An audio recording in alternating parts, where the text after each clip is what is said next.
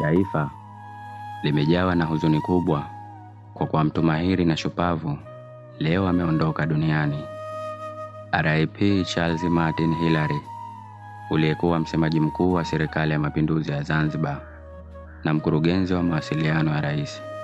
Familia ya marehemu iwe pole, lakini pia vile vile ndugu, jamaa na marafiki pia tuwe pole kwa kipindi hiki kigumu cha majonzi.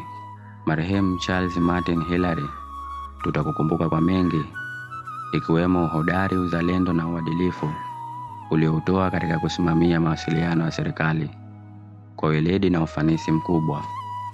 Tulikupenda, ila Mungu akupenda zaidi.